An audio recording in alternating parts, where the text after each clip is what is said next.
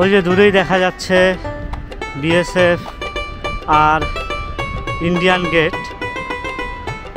আর একজন মুরব্বী বাংলাদেশি, উনি গেটের কাছে গেছিল, আসলে ছাগল গরু নিয়ে সম্ভবত একটা ঝামেলা বাড়ছিল আর কি, সেই কারণে কিন্তু গেছিল। একটু আগে ওই গেট দিয়ে কিন্তু ভারতীয় গরুগুলোকে ভারতের এই 150 গজের ভিতরে ঘাস খাওয়ানোর জন্য আসলে বের করলো। তো সেই দৃশ্য কিন্তু আমরা এখান থেকে দেখতে পাইলাম।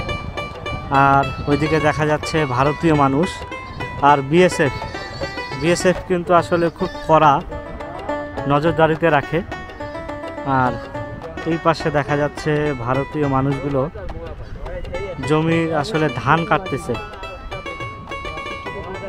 আর আরেকটা বাছুর হচ্ছে এখানে ভিতরে আটকা পড়েছিল, সেটাকে একটু আগে মুক্ত করলো। কি এটা তোমাদের?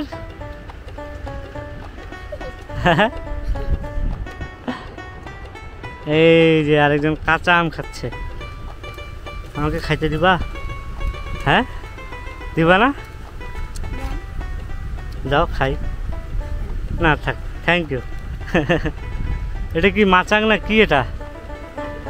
হ্যাঁ ছাদ, দোকান এই এত উঁচাতে? এই যে এখানে নাকি দোকান বানাবে, আমি অবাক হয়ে গেলাম। আচ্ছা আসসালামু আলাইকুম। এখানে বলে দোকান বানাবে এত উঁচুতে? ও আচ্ছা আচ্ছা, ওরা দোকান বানাবে। ও তাই তো বলি। আচ্ছা, ওরা হচ্ছে এই যে শখ করে এখানে দোকান বানাবে। আর ওদের দোকানটা কিন্তু এই যে দেখেন অনেক উঁচুতে। একটা হাই বলে দাও, বলো হাই বলো। লজ্জা পাচ্ছে, লজ্জায় ওই সাইডে ঘুরছে। এই যে ওরা কোদাল নিয়ে খোঁড়াখুড়ি করতেছে। আচ্ছা আপনাদের ভাষায় এটাকে কি বলেন, ধানের এটাকে? খ্যার। এই যে কুড়িগ্রামে কিন্তু এটাকে বলা হয় খ্যার, অনেক অনেক জায়গায় বলা হয় পোল। এই যে গরুটা আমাকে দেখে ভয় পাচ্ছে। এই যে চাচা, একটা সালাম দেন। আসসালামু আলাইকুম। এই তো মাশাআল্লাহ। আর এই যে বাচ্চা কাচ্চা, ওরা কিন্তু এই যে এখানে দোকান বানাবে। এই সেই দোকান।